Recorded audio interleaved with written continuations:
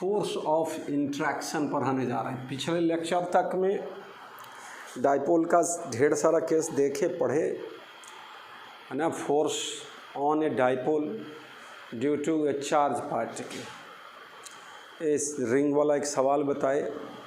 सबको मैं बोला था फॉर्मूला सब याद करके आओगे, याद कर लेना है। आओगे क्या, घर पर ही सामने में जब पढ़ाने जा रहे हैं जो लेक्चर, उसके अभी जो हम आगे सवाल सब बताएंगे उसमें पिछले फार्मूलाओं का ज़रूरत पड़ेगा, इलेक्ट्रिक फील्ड वाला।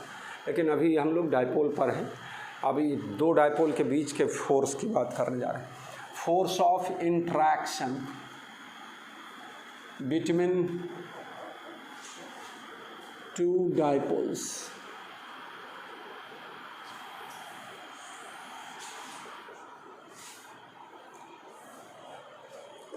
केस फर्स्ट, एक डाइपोल P1 वेक्टर, दूसरा डाइपोल P2 वेक्टर, दोनों के बीच का सेपरेशन R है बच्चा। एक तरह से कोएक्सियली है दोनों, R डिस्टेंस पर। तो अब इसके कारण उस पर कितना फोर्स लगेगा। तो एक फॉर्मूला आपने लोग को मिला, force on dipole 2 due to dipole 1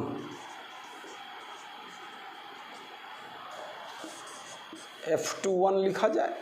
force on second dipole due to first dipole, F21 बराबर उसका dipole moment P2 into DE1 by DR।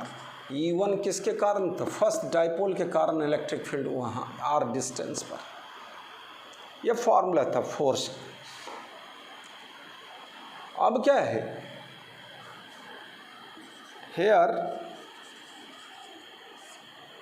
E1 बराबर हाउ मच, एक्सियल पोजीशन पर फील्ड का formula short dipole point dipole के case में 2p/4 epsilon 0 r³ बोलेंगे।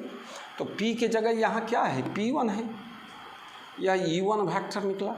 इसलिए DE1/dr बराबर हाउ मच। इसको डिफरेंशिएट करेंगे बच्चों, तो डिफरेंशिएट करेंगे तो 2p1/4 इप्सिलॉन 0 बाहर, d/dr ऑफ r का पावर -3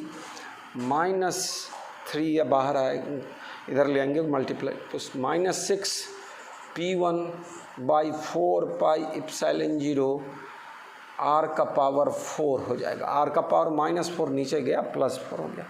तो फोर्स ऑन डाइपोल 2 F21 बराबर -6p1p2/4 इप्सिलॉन 0 r का पावर 4। इसको सिंपली सेम फोर्स किस पर लगेगा, F12 बोलेंगे, force on dipole first due to dipole 2। Same action reaction pair करके Newton third law of motion के आधार पर ऐसे बोला जाएगा। तो क्या हो जाएगा, हेयर F बराबर -6p1p2/4 इप्सिलॉन 0 r4। मैं बोलता हूँ कि 1/4 इप्सिलॉन 0 को k लिखेंगे, k लिखने से सुविधा होता है, लेकिन मैं बोल रहा हूँ, लेकिन मैं अपने लेक्चर्स में सिर्फ 1/4 इप्सिलॉन 0 का ही इस्तेमाल कर रहा हूँ। आपके मन में आवे तो हम कह रहे थे शुरू से ही k लिखते चले जाइए। नेगेटिव साइन शोज दैट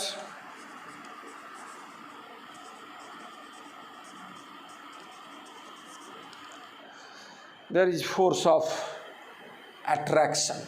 तो negative sign shows that here negative sign shows that force is attractive.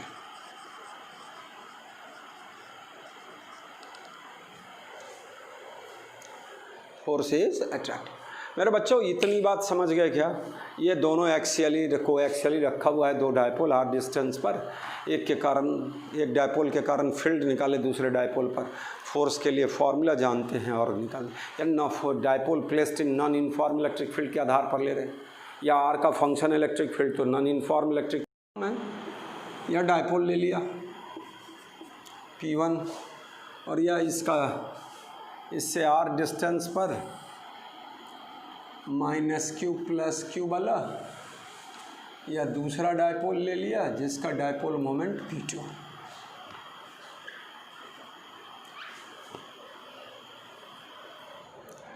यहाँ या इसके कारण जो इलेक्ट्रिक फील्ड होगा यहाँ इस पॉइंट पर ज़्यादा होगा, इस पॉइंट पर क्या होगा, कम होगा। तो समझने के लिए क्या है, यह डिस्टेंस हम लोग क्या ले लेते हैं, r ले लेते हैं। तो फॉर्मूला क्या होगा यहाँ फोर्स का,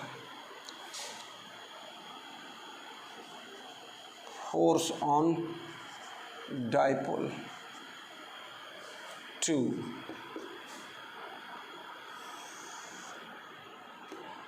अलग अलग करके करें तब क्या होगा, इस पर फोर्स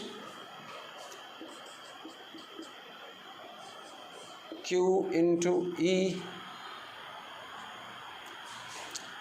और या मान लो कितना डिस्टेंस पर है, x डिस्टेंस पर है, और यह कितना डिस्टेंस पर है, x प्लस dx डिस्टेंस पर है। तो Q इंटू क्या चीज़ हो गया, E is the function of x।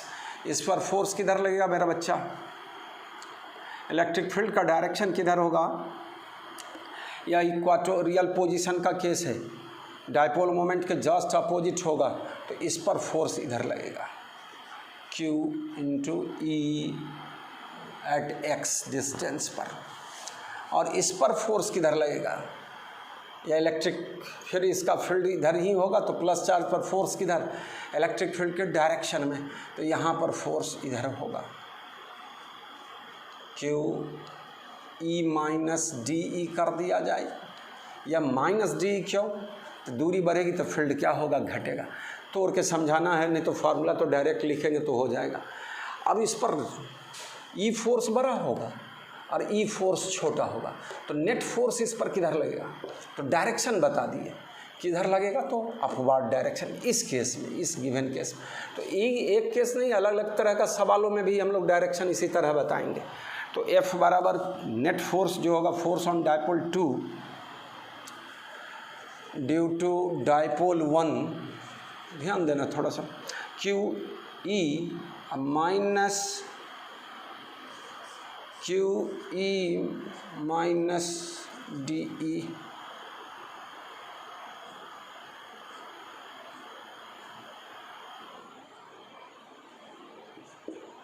अब इसमें हम लोग जो फार्मूला निकाले थे कि डायपोल को नॉन यूनिफॉर्म इलेक्ट्रिक फील्ड में रखेंगे, फोर्स बराबर P into DE by DX, DE by DR, इस तरह का फॉर्म।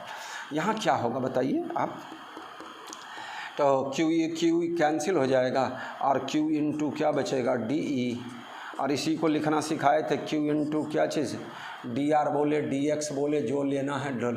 तो हम लोग यहाँ DR की बात कर लें, इंटू DE बाई DR, और Q into DR dipole moment कहलाएगा। किसका डायपोल मोमेंट, इस सेकंड डायपोल का।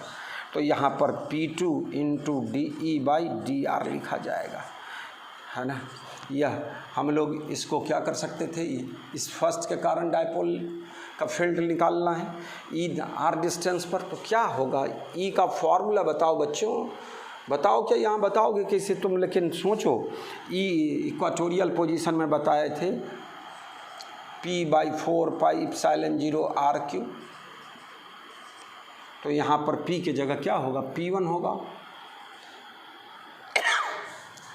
इतना बात समझ गए। चला, डायरेक्शन हम इसमें प्लस माइनस से नहीं, डायरेक्शन हम लोग निकाल चुके हैं कि इसमें डायरेक्शन क्या होगा, अपवर्ड डायरेक्शन में। E फोर्स बड़ा होगा, E फोर्स छोटा होगा, तो net force on the dipole क्या होगा, अपवर्ड होगा, P1 के पैरेलल हो गया ऊपर की ओर। तो क्या हो जाएगा यहाँ पर, मैग्नीट्यूड में बात करें तो यहाँ DE बाई DR। अब इसको डिफ्रेंशिएट करो, फिर से क्या आएगा, P1 P2 RQ, तो -3 P1 P2 by 4 pi epsilon 0 R4। तो मैग्नीट्यूड ऑफ फोर्स क्या हो गया, magnitude of force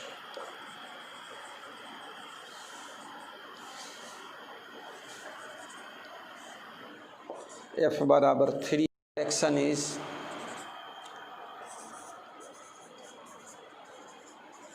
upward.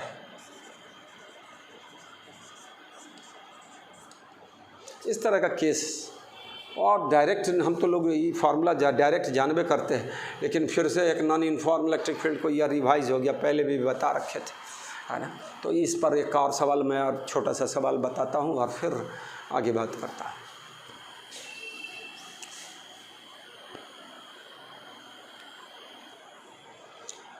Problem लेके चलेंगे।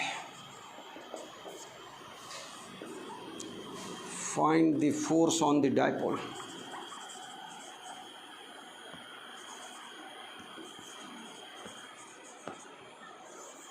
Dipole moment P due to infinitely long charge rod, long charged straight rod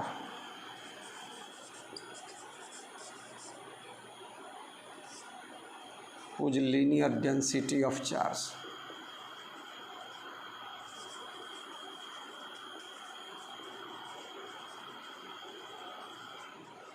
is lambda।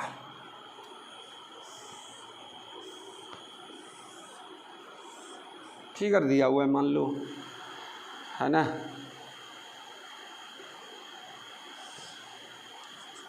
या plus infinity तक गया ऊपर, नीचे माइनस इन्फिनिटी तक गया। या लैम्डा चार्ज वाला रॉड है,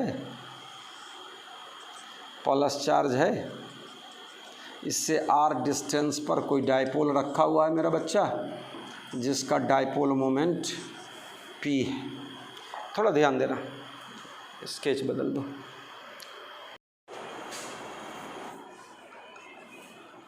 तो स्ट्रेट वायर के कारण, इनफाइनाइटली लॉन्ग स्ट्रेट वायर के कारण फील्ड का फॉर्मूला पढ़े थे बच्चों, lambda by 2 pi epsilon 0 are.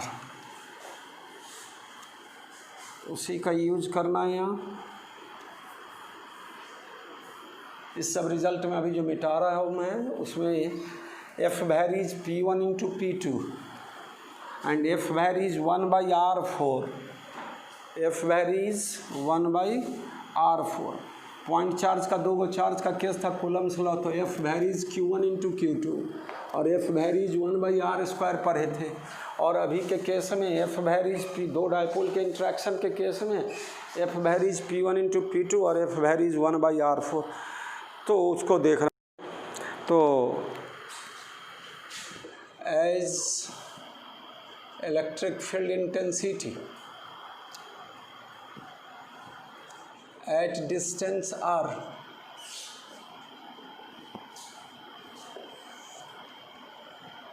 due to infinitely long charged rod E बराबर lambda by 2 pi epsilon 0 r आता है सबको। यह डिस्टेंस क्या है, इसके सेंटर से इसके डिस्टेंस को हम लोग क्या लिख देते हैं, r। और तुम्हारा फॉर्मूला है फोर्स ऑन डाइपोल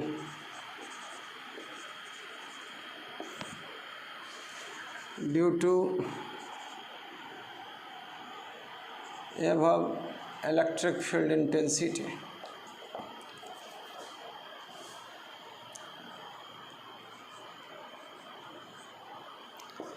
F बराबर P into DE by DR। P के जगह बच्चों P रहेगा डाइपोल मोमेंट और D by DR of lambda by 2 pi epsilon 0 r। P lambda by 2 pi epsilon 0 r का पावर -1/dr कितना होगा, -P lambda by 2 pi epsilon 0 r²। Force का formula मिल गया। अगर यह सेपरेशन कुछ दिया रहता चार्ज दिया रहेगा तो लेमडा के जगह अगर चार्ज की यहाँ क्यू क्यू है प्लस माइनस क्यू और प्लस क्यू तो क्यू इंटू डी आर लिखते हैं, जो सेपरेशन रहता तो पी इंटू क्यू इन पी के जगह q into d r into lambda अब by 2 pi epsilon 0 r square r distance हो गया। तो ये सब फार्मूला आपको ड्राइव करना आना चाहिए। सब में हम लोग देखते चलेंगे इस तरह का इलेक्ट्रिक फील्ड दिया रहेगा, हम लोग उसको डिफरेंशिएट करेंगे डी बाई डी आर। एक सवाल एनसीईआरटी का मैं बता दूं आपको फिर से, यही इसी फॉर्म तरीके का नॉन यूनिफॉर्म इलेक्ट्रिक फील्ड में डायपोल है ना। तो मैं पहले सवाल लिख भी देता हूं आपको और तब बताने जा रहा हूं, नंबर लिख देता हूं एनसीईआरटी का कितना 30 नंबर सवाल है हमको लगता है। एक सवाल है एनसीईआरटी का है ना, in certain region of space electric field is along the Z direction throughout. पूरे स्पेस में इलेक्ट्रिक फील्ड का डायरेक्शन क्या है? जेड डायरेक्शन में। The magnitude of electric field is however not constant but increases uniformly along the positive Z direction plus Z direction. हम लोग Z direction इसको ले लेंगे ऊपर वाले को, तो इस डायरेक्शन में जैसे जैसे हम लोग जाएंगे इलेक्ट्रिक फील्ड बढ़ेगा और इलेक्ट्रिक फील्ड के बढ़ने का दर दिया हुआ है rate of at the rate of 10⁵ Newton पर कूलम पर मीटर। 1 मीटर की दूरी पर कितना से फील्ड बढ़ेगा? 10 का पावर, वो सब क्वेश्चन में दे रहा है। What are the force and torque, what are the force and torque, force क्या है और टर्क क्या है? Experienced by a system having total dipole moment. इसका मतलब एक डाइपोल है, तो यहाँ पर हम लोग क्या है और उसका direction dipole moment equal to 10⁻⁷ coulomb metre और in the negative z direction. Dipole moment का डायरेक्शन किधर है? नीचे की ओर है। इसका मतलब ऊपर में कौन चार्ज है? निगेटिव, और नीचे में पॉजिटिव। या जेड एक्सिस या सर्टेन डिस्टेंस पर है। यहाँ इलेक्ट्रिक फील्ड क्या माना जाएगा? ई, और यहाँ पर का इलेक्ट्रिक फील्ड क्या माना जाएगा? बच्चों ये डिस्टेंस अपने मौन से सुविधा के लिए क्या ले लिए? D z q. अब e plus d e by d z into d z unit rate of मतलब डिस्टेंस के रिस्पेक्ट में कैसे फील्ड चेंज हो रहा है, इंक्रीज़ हो रहा है, वो D e by d Z दिया हुआ है। तो डी ई प्लस डी ई होना चाहिए, लेकिन हम लोग D e by d z into d Z लिख दिए इस फॉर्म में। फिर नॉन यूनिफॉर्म इलेक्ट्रिक फील्ड की बात कर ली। अब नेट फोर्स है। अब बताइए इस पर क्या होगा फोर्स? इलेक्ट्रिक फील्ड किधर है? ऊपर। इस पर फोर्स ऊपर लगेगा, लेकिन इस पर फोर्स किधर लगेगा? नीचे। और यह फोर्स बड़ा होगा किसके तुलना में? इस प्लस चार्ज वाले फोर्स के तुलना में। क्यों? तो इलेक्ट्रिक फील्ड इस डायरेक्शन में इंक्रीज कर रहा है, तो यहाँ पर क्या होगा? Net force on the dipole. Solution दे रहे हैं। यह क्वेश्चन नंबर मैं बोल रहा था 30 गलत है, वो 27 नंबर क्वेश्चन है एनसीईआरटी का। तो सॉल्यूशन में क्या है? Net force on the dipole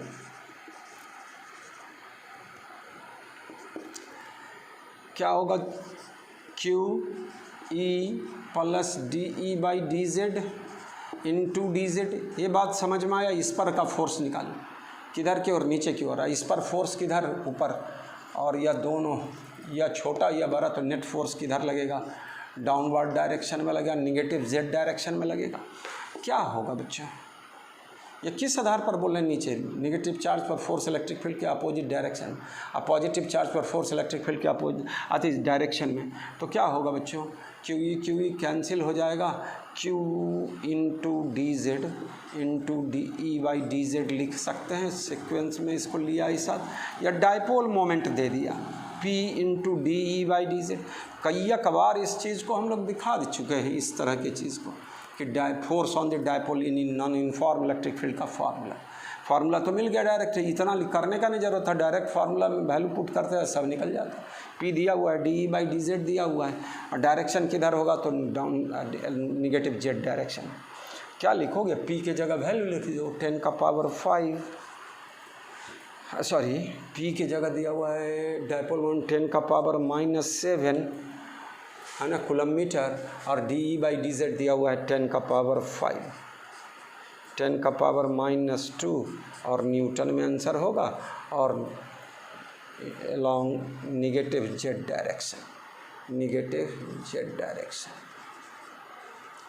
अब क्या है, here angle between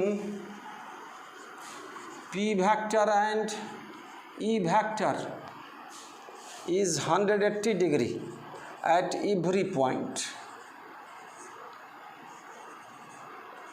electric field ऊपर की ओर है, डायपोल मोमेंट नीचे की ओर है, वेरिएबल है, तब भी हम लोग डायरेक्शन कितना हो गया, 180 डिग्री हो गया।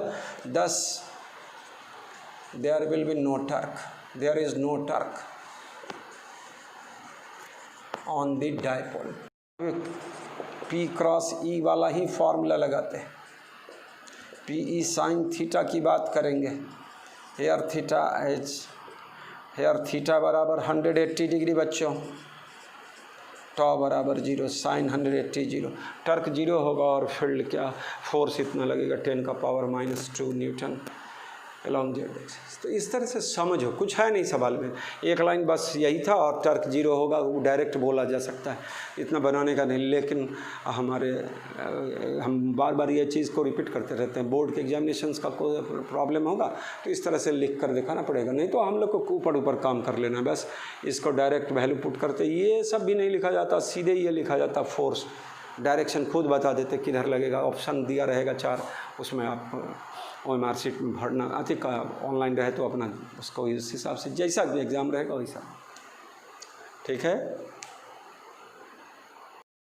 अलॉन्ग जेड डायरेक्शन फोर्स लग रहा है, निगेटिव जेड डायरेक्शन, इन negative z direction.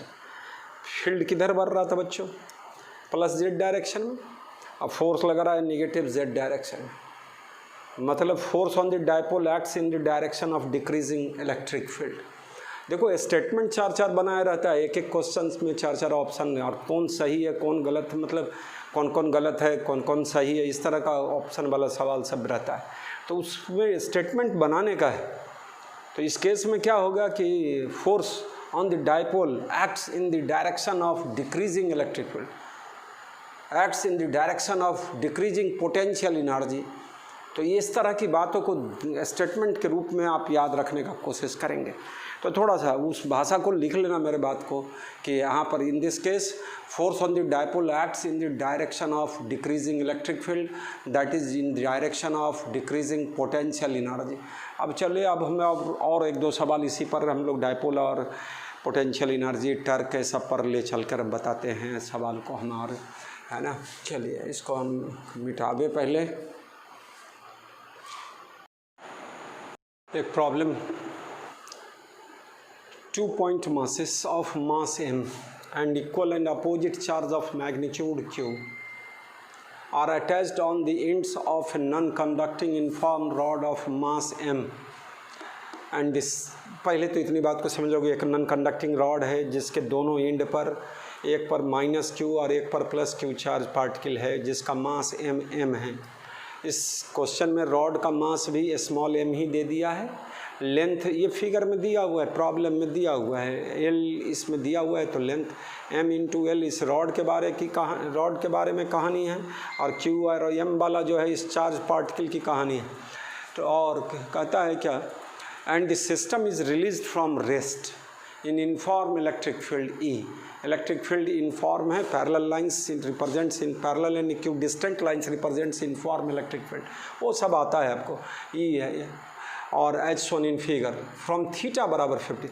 Initial condition क्या है, डायपोल जो है 53 डिग्री पर है इलेक्ट्रिक फील्ड के साथ। अब 3 इसमें पार्ट है सवाल का। फर्स्ट पार्ट्स में कहता है angular acceleration of the rod just after release, जिस टाइम में रिलीज हो रहा है उस टाइम में क्या है इसका एंगुलर एक्सेलरेशन बताओ, और what will be the angular velocity omega of the rod when it passes through the stable equilibrium. Stable equilibrium के केस में सामान्य तौर पर बोला जाता है, इक्विलिब्रियम वाला केस में वेलोसिटी क्या होगा, मैक्सिमम हो जाएगा वहाँ पर, magnitude of velocity, angular velocity maximum. लेकिन जो भी है यहाँ पर मीन पोजीशन पर क्या कर रहा है, एंगुलर वेलोसिटी ऑफ क्या रॉड निकालना है। और तीसरे में find work done required to rotate this system by 180 degree. System को कितना डिग्री से, 180 डिग्री से हम लोग क्या करें, रोटेट करें। तो अब कैसे क्या रोटेट करना है क्या है सब दिखाते हैं। तो इसमें हम लोग मैकेनिक्स का भी इस्तेमाल करेंगे सॉल्यूशन में। बच्चों ध्यान दो, सवाल का फर्स्ट पार्ट पर चल रहा है। टर्क बराबर क्या पढ़े हो?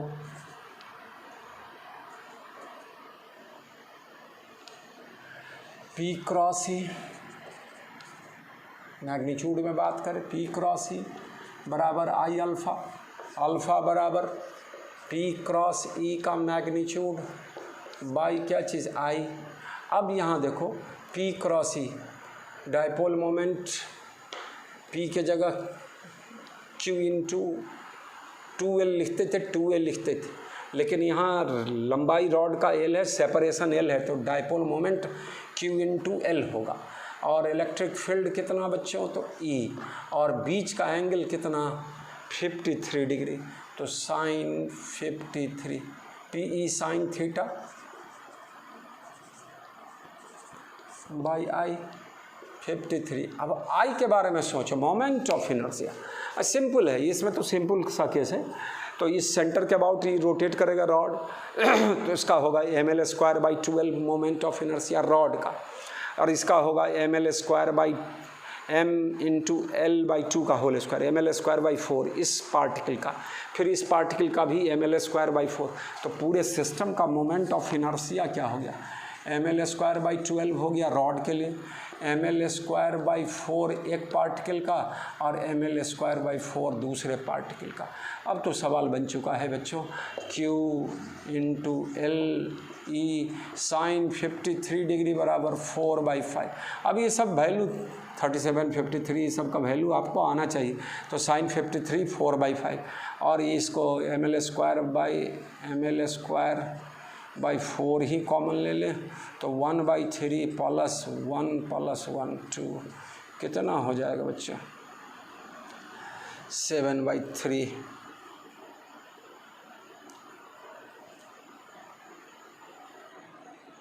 और ये 4 12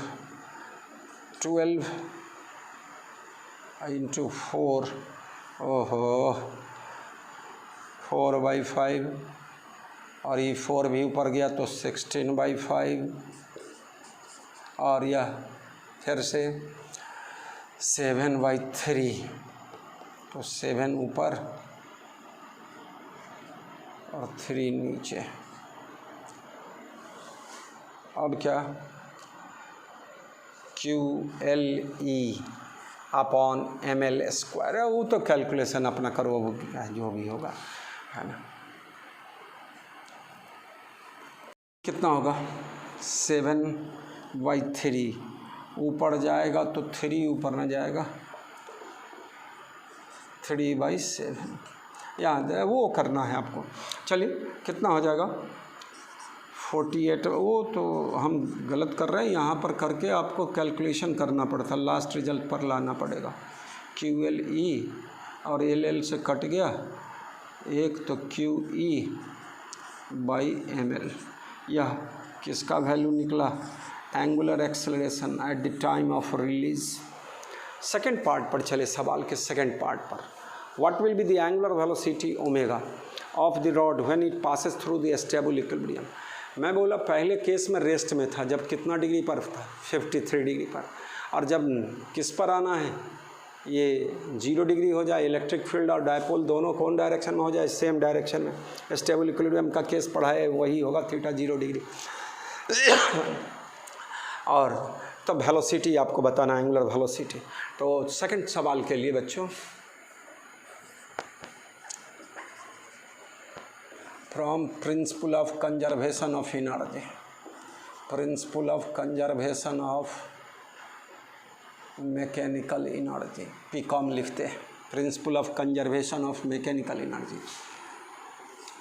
UI + KI बराबर UF + KF। टर्म अपने आप में क्लियर है। Initial potential energy, initial kinetic energy, final potential energy, final kinetic energy बाद वाला।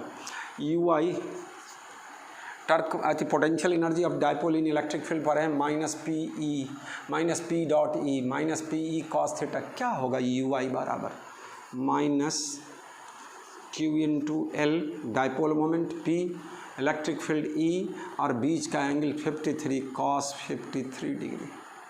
और इनिशियली क्या था, यह डायपोल रेस्ट में था तो इनिशियल काइनेटिक एनर्जी 0। बाद का कंडीशन क्या होगा मेरे बच्चा, UF अब 0 डिग्री पर आ गया तो -QLE P इंटू E और इंटू क्या cos 0 डिग्री।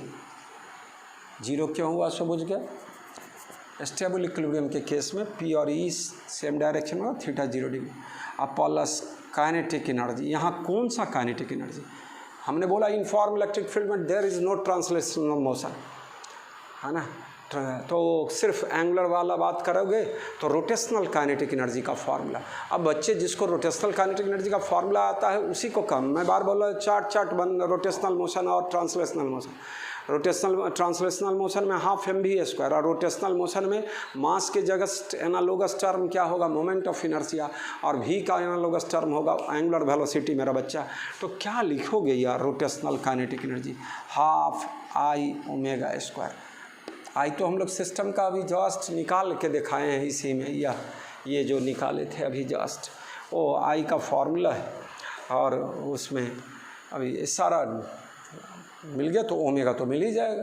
कैलकुलेशन आपका ड्यूटी है करना, लेकिन चलिए फिर से QLE cos 0 1 हो जाएगा तो इधर आ गया तो QLE और माइनस E वाला, अब इसको पहले ले ली इधर, QLE cos 53 डिग्री 3/5।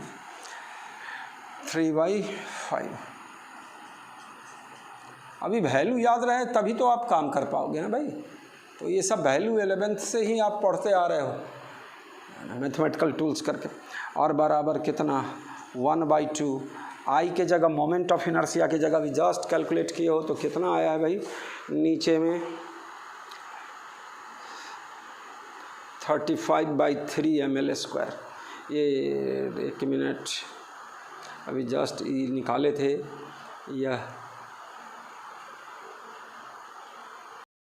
ये moment of inertia of this system निकाले थे यहाँ से, है ना।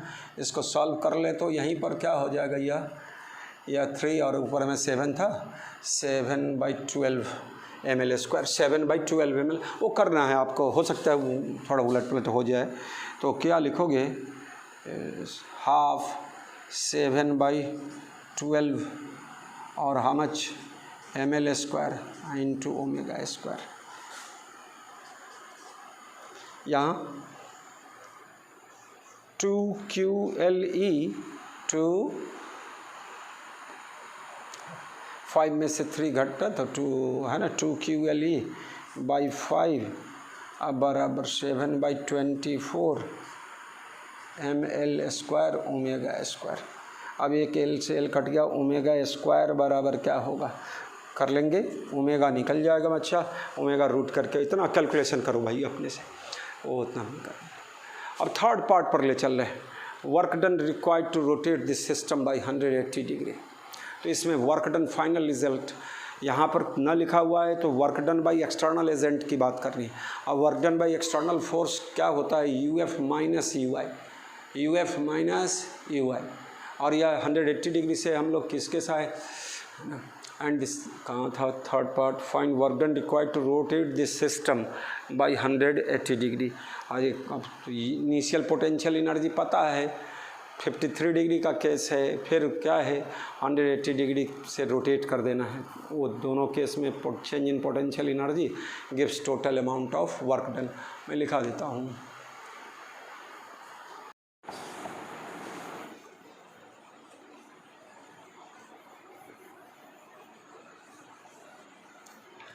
थर्ड पार्ट में कहता है वर्क डन, यार work done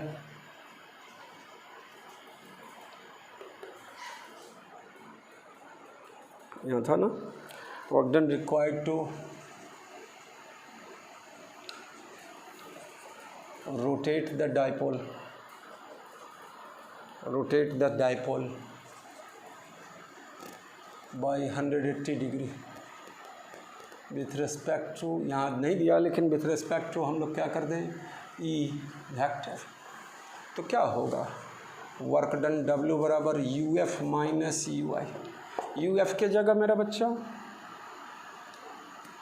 minus P dot E into cos theta, cos theta के जगह 180 प्लस 53 डिग्री, और माइनस UI के जगह PE इंटू कॉस 53 डिग्री। देखो यार, minus PE cos 180 plus theta बराबर माइनस कॉस थीटा, तो minus cos 53 degree, minus cos 53 degree, और अब माइनस यहाँ भी माइनस, तो minus minus plus PE cos 53 degree. बच्चों या माइनस माइनस प्लस, तो 2PE कॉस 53 दोनों, और कॉस 53 बराबर कितना होगा बच्चों, ध्यान देना सब बच्चा, क्या होगा, कॉस 53 डिग्री, फिर से 3/5, तो कितना होगा 6/5 PE।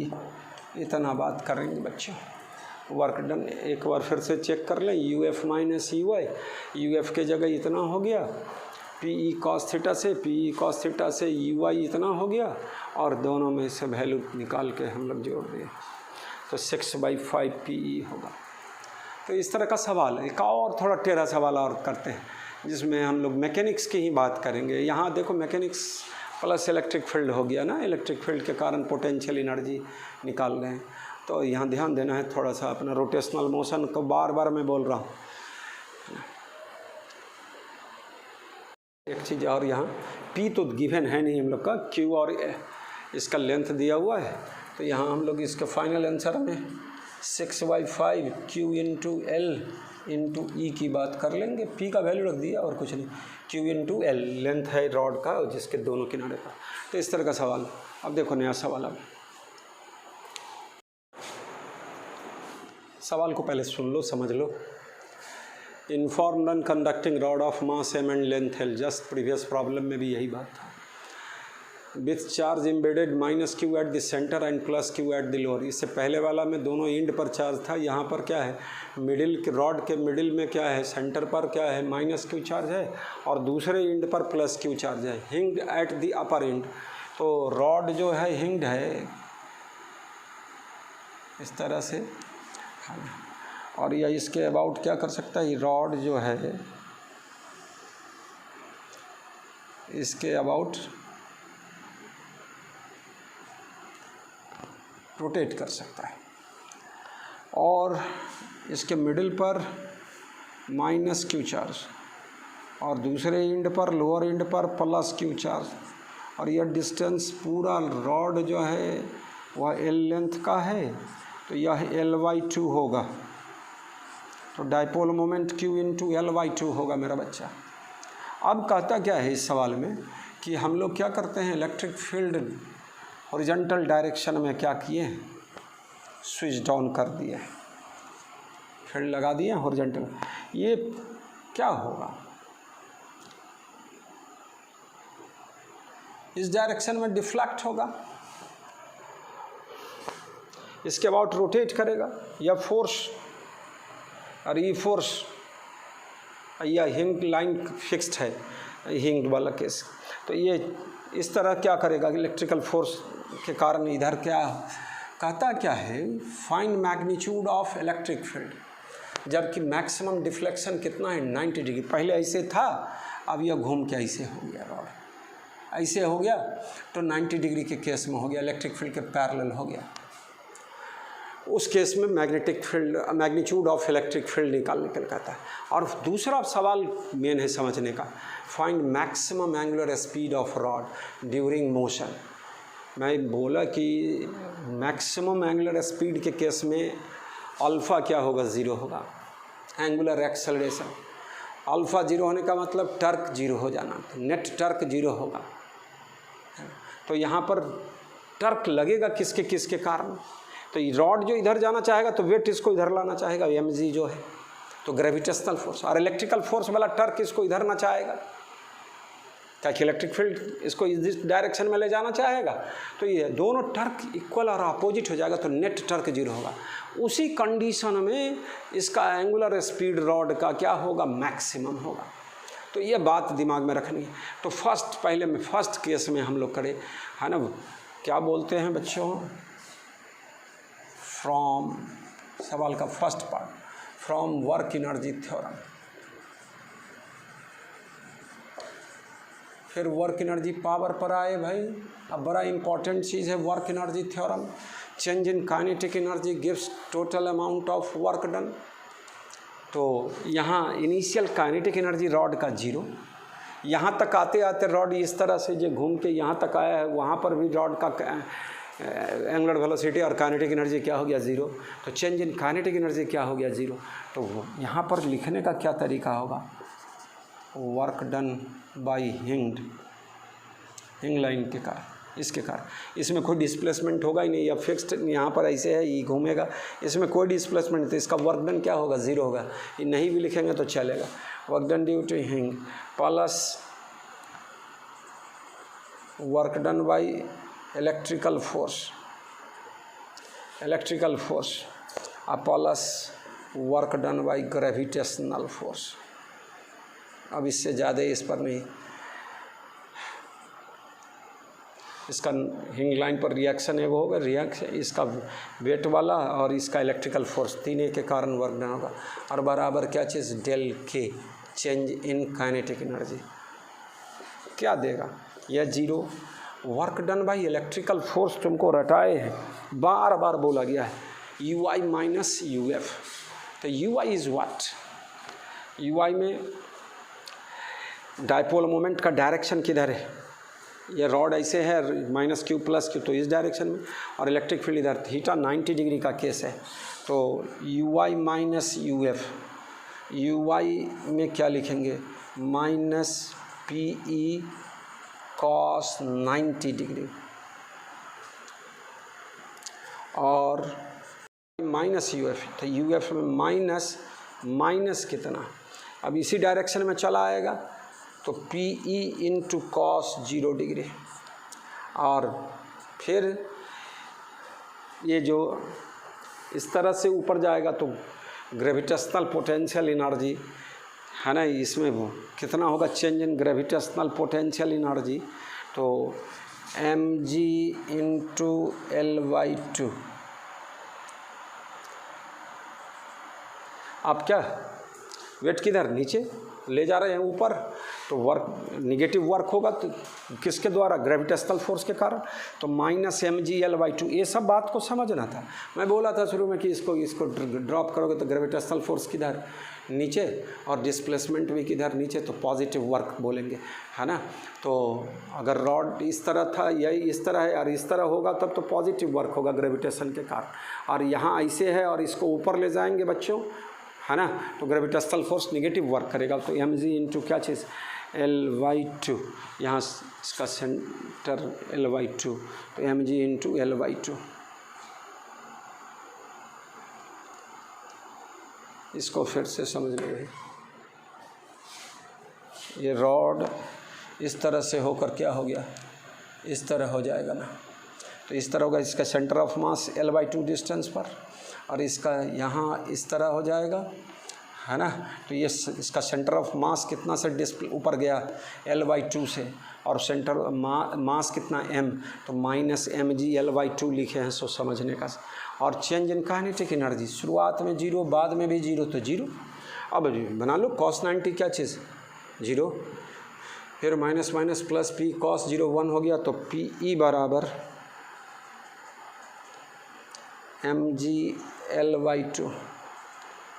और हमको इलेक्ट्रिक फील्ड निकालना है बच्चों, तो इलेक्ट्रिक फील्ड का फॉर्मूला क्या होगा, ई बराबर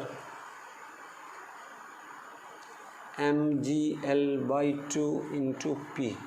अब पी का फॉर्मूला लिख दीजिए, Q into L by 2, Q into l, इससे प्रीवियस प्रॉब्लम में क्यू इंटू एल था, तो एम जी एल बटा 2 Q into L by 2, l l gone, 2 2 gone, कितना बचेगा बच्चों, mg/q, mg/q। इसको सिस्टम में फिर से थोड़ा सा, ये mg/q ही आएगा, E2 इसमें मिक्स हो गया, इसलिए इसको पहले क्या कर ले, अलग से हम लोग दिखा लें।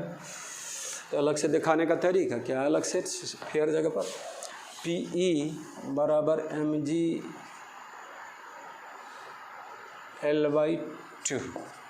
इसलिए E निकालना है बच्चों, mg/L/2 और P के जगह Q × L/2, बस 2 गॉन, L गॉन, तो इलेक्ट्रिक फील्ड का फॉर्मूला मिला mg/q।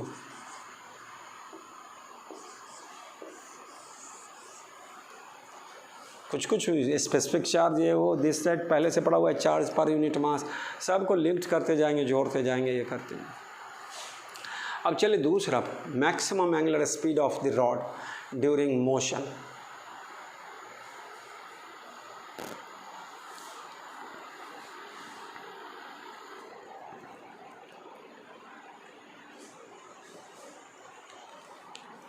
कपड़ा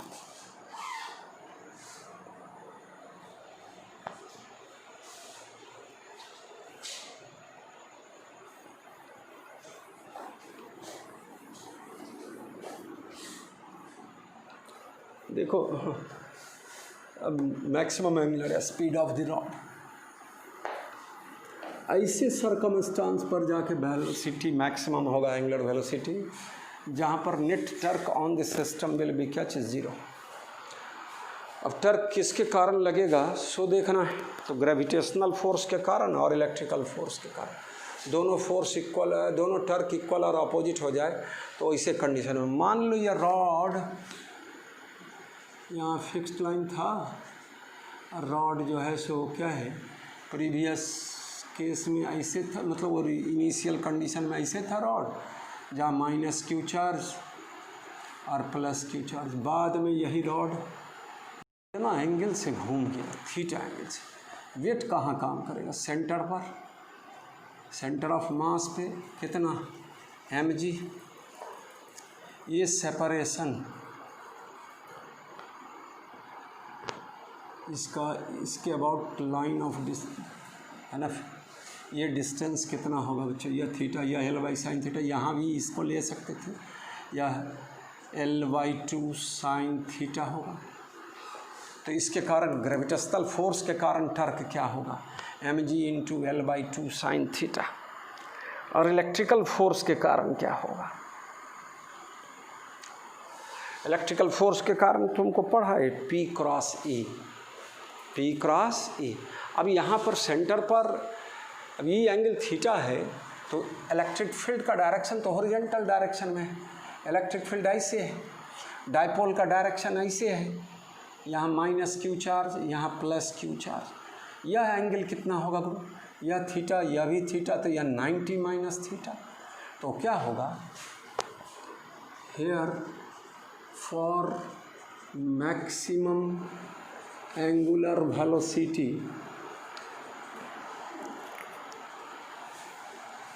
नेट टर्क विल बी 0।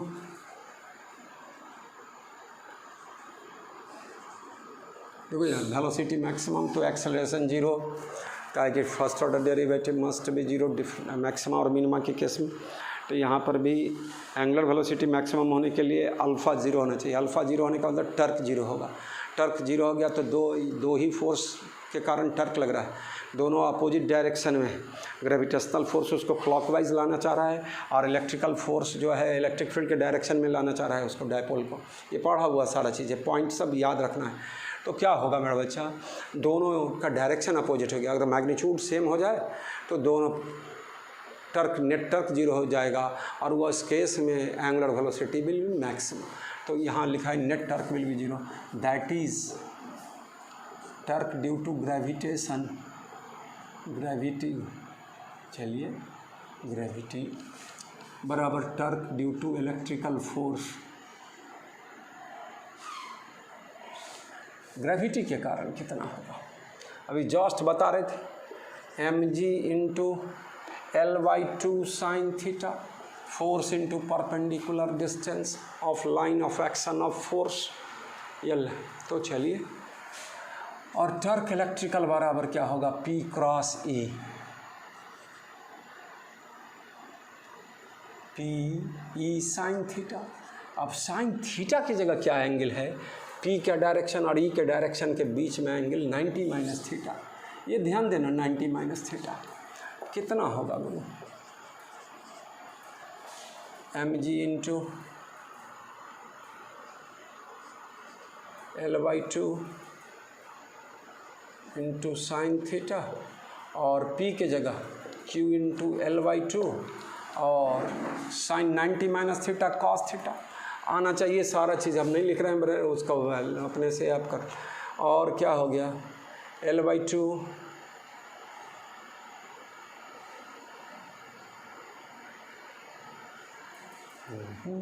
यहाँ ई छूट गया, चलिए देख लीजिए, tan थीटा बराबर L/2 गॉन, QE/mg।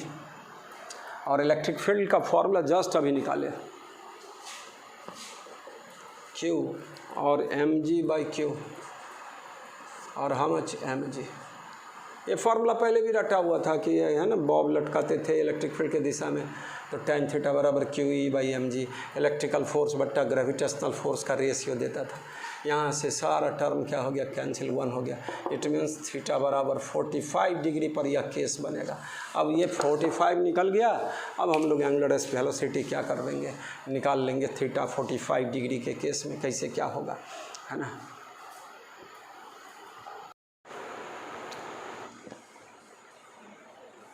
और थीटा बराबर 45 के केस में निकालने के लिए हम लोग फिर क्या लगा देंगे, वर्क एनर्जी प्रिंसिपल ही लगाएंगे। वर्क ऑन हिंग, work done by electrical force, work done by gravitational force और चेंज इन काइनेटिक एनर्जी। तो ये तो जीरो हो गया।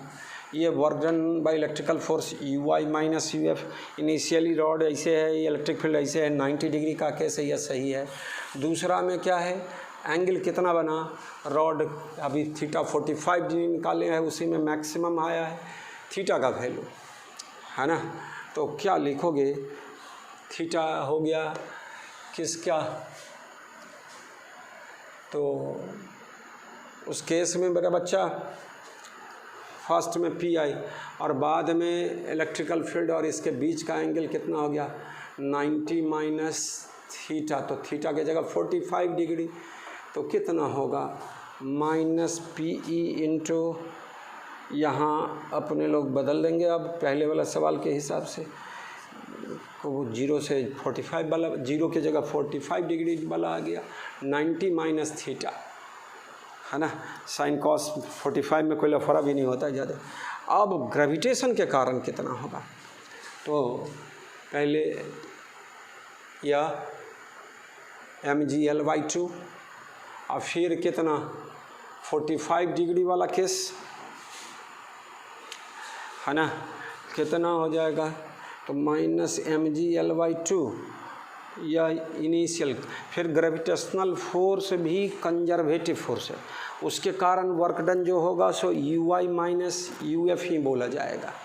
तो UI हो गया mg/L/2, है ना।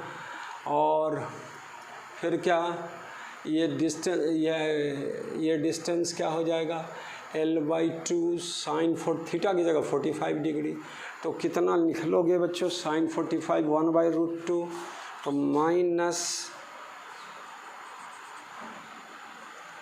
mg/L/2 into sine 45 degree, 90 minus theta cos, वो भी मतलब sorry theta 45 degree, L/2 sine theta की जगह L/2 sign 45 degree, sign 45 degree. यहाँ ध्यान देना थोड़ा सा, फिर से UI minus UF electrical force के जगह पहले 90 डिग्री पर था, बाद में 45 डिग्री पर था, इस तरह। और यहाँ पर शुरू में mg/L/2 था, minus mgl gravitational potential energy, negative लिखेंगे माइनस mgl, और उसमें माइनस क्या हो गया, यहाँ माइनस माइनस क्या लिखना पड़ेगा बच्चों, you I minus U F, minus और यू एफ के जगह माइनस दिस मच, तो यहाँ प्लस। अब बराबर कितना, पहले का था कि रेस्ट से चलकर रेस्ट में पहुँच गया तो जीरो चेंज इनका नहीं, पहला सवाल का पार्ट। अब दूसरे में क्या है, के एफ माइनस के आई क्या होगा, half I omega max square minus zero. अब फिर आई का फार्मूला वहीं से लिखना पड़ेगा, पहले वाला सवाल में जितना निकाले हुए हैं, तो हम लोग इक्वेट करके क्या कर सकते हैं, सॉल्व करें तो माइनस ये जीरो हो गया, माइनस माइनस प्लस cos 90 वो cos 45 degree 1/√2 q into L/2 e cos 45 1/√2 minus mg L/2 common ले लें, 1 माइनस 1/√2 sin 45 1/√2 माइनस कॉमन लिया बराबर 1/2। आई का फार्मूला कितना लिखे हुए हो, है ना, moment sorry I moment of inertia of the rod, पहले वाला सवाल में तो दूसरा था।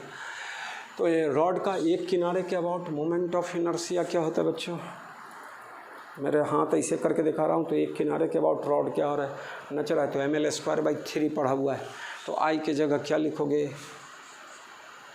ml²/3 रॉड का, आई इंटू क्या ओमेगा मैक्स स्क्वायर। अब जो क्या जहाँ जैसे सॉल्व करना है कर लें, सारा चीज़ मिल जाएगा, ओमेगा मैक्स का वैल्यू निकल जाएगा। वी कैलकुलेट क्या चीज़, ओमेगा मैक्स। कॉन्सेप्ट बनाना है बच्चों, सवाल के रिजल्ट पर वो हम कर देते जाए तो आपको अच्छा लगेगा, ऐसा कुछ नहीं, कुछ समझ उसमें आने का फ़ायदा नहीं होगा। इलेक्ट्रिक फील्ड प्लस, है ना, मैकेनिक्स को जोड़ा और उस तरह से कुछ सवालों को बनाने का कोशिश किया। कॉम्पिटिटिव लेवल की ही बात कर रहा हूँ मैं इस तरह के सवालों में। तो चलिए और सवाल बताते हैं अभी, है ना, लेकिन लगभग 1 आवर का लेक्चर हो चुका है, अब ज़्यादा नहीं सवाल है ना, सवाल को ज़्यादा समझ के बनाना पड़ेगा, आपको कंसेप्ट बनाना पड़ेगा। अब रोटेशन वाली बात को भी आप रिवाइज़ करोगे जाके, हम पहले भी बोले थे, पहले लेक्चर में भी बोला था मैं, है ना। तो हम सवाल अब अगले लेक्चर में फिर सवाल, अगले लेक्चर का सवाल इलेक्ट्रिक फील्ड से रिलेटेड होगा, है ना, पोटेंशियल की बात करेंगे। ये हम लोग सम ऑफ अरिथमेटिक प्रोग्रेशन वाला बात, एपी और जीपी वाला बात करेंगे, है ना, sum of n terms in AP वाला बात, n/2 a + l, ऐसा n/2 a + 2n - 1/d, इस तरफ जो भी है फार्मूला है अलजेब्रा का, वो याद करके आप अगले क्लास लेक्चर के लिए आओगे। मतलब आओगे क्या, घर पर रहोगे, मैं बार बार बोलता हूँ, आदत है क्लासरूम का, तो आओगे करता हूँ, लेकिन क्लास घर पर ही आप उसको मेमोरी में, और इलेक्ट्रिक फील्ड के फार्मूला को, इलेक्ट्रिक पोटेंशियल के फार्मूला को फिर से रिवाइज़ करके रखेंगे हम। मैं बार बार बोला कि गॉस थ्योरम इसके बाद का टॉपिक है, हम बाद का टॉपिक है गॉस थ्योरम, है ना, लेकिन अभी हम लोग गॉस थ्योरम और गॉस लॉ पढ़ने से पहले हम लोग सवाल का एक लेक्चर ले लेंगे, है ना। एक लेक्चर जो हो जाए तो अच्छी बात है, तो फिर 2 लेक्चर, लेकिन कोशिश करेंगे एक लेक्चर में सवाल को, टिपिकल सवालों को मैं बताने का कोशिश करूँगा, है ना। तो इलेक्ट्रिक फील्ड के फार्मूलाओं को, स्ट्रेट रॉड वाला केस, आर्क सर्कुलर आर्क वाला केस, है ना, रिंग और डिस्क का केस सब बताए थे। तो इस तरह का चीज़, न्यूट्रल पॉइंट समझाया गया हुआ था, है ना। तो कोशिश करना है, फार्मूला को तो निश्चित तौर पर याद करोगे। चार्ज, अभी हम स्पेसिफिक चार्ज बोले तो आप क्लास में रहते तो क्या पूछते हैं आपको, अल्फ़ा पार्टिकल का स्पेसिफिक चार्ज रमेश बताओ, है ना, कोई किसी का नाम लेकर फिर बोलते, फिर दूसरे बच्चे से बोलते, लेकिन यहाँ तो है ना, इंटरेक्शन तो बस वीक में 1 ही दिन हो पाता है, वो भी सारा बच्चा से नहीं हो पाता है। तो कोशिश करना है, सारे साथियों में मैसेज जाना चाहिए बच्चों, है ना, कि सर क्लास ले रहे हैं, 12 का 11th का भी एक चैप्टर कंप्लीट किया है, धीरे धीरे ले चल रहे हैं, है ना, लेकिन आप उसको रिवाइज़ करते रहो, देखते रहो, और अपने साथियों में मैसेज दो, साथियों के साथ शेयर करो पढ़ाई लिखाई को, है ना। जितना समझ में आ रहा है बहुत अच्छी बात है, और कोशिश करते रहना है आपको, है ना, अपने साथियों से आपस में इंटरेक्ट होकर भी कुछ नया प्रॉब्लम से बनाना, प्रॉब्लम ही मेन है, ऑब्जेक्टिव का क्वेश्चन ही बनाओ बच्चों, ढेर सारा इस तरह की बात। तो रिवाइज करते रहो बच्चे, है ना। साइन 53 का वैल्यू, कॉस 53, साइन 37, कॉस 37, अभी सब तो छोटी छोटी बात हो गई, तो वो सब याद रखना है। मैं ट्रायंगल बना के बता दिया था 3, 4, 5 करके, है ना। पाइथागोरियन ट्रायंगल बताया था, 3, 4 और क्या चीज़ 5, या 53 डिग्री बोला था, या 37 डिग्री बोला था क्या होता है, या 90 डिग्री। इसी से सब वैल्यू निकाल लेते हैं हम लोग कि साइन 53 बराबर कॉस 37 और हाउ मच 4/5, साइन 37 बराबर कॉस 53 डिग्री बराबर 3/5, tan 53 डिग्री, tan 53 4/3, और यह कॉट 37 के बराबर होगा, कॉट 37 डिग्री के बराबर। तो इस तरह का tan 37 डिग्री 3/4 बराबर कॉट 53 डिग्री। इन सारे रिज़ल्टों को याद रखना है। तो जहाँ जहाँ आपको कैलकुलेशन में तो सारा चीज़ आना चाहिए। Sine 90 minus theta, sine first quadrant, second quadrant, third fourth quadrant में कैसे साइन कॉस टेन का वैल्यू क्या से लिखाता है, सब ट्रिग्नोमेट्री वाला बेसिक फार्मूला सब आपको दिमाग में रहना चाहिए। तो आज का लेक्चर यही समाप्त करने जा रहे हैं, फिर से प्रॉब्लम लेकर आएंगे अगले लेक्चर में, और तब उस लेक्चर में ही मैं कुछ लास्ट में फिर से गॉस लॉ के लिए कुछ क्लू बता दूंगा कि किस किस रिज़ल्ट से हम लोग को गॉस लॉ का काम हो जाना चाहिए। तो वो सारा चीज़ रिवाइज करते रहें।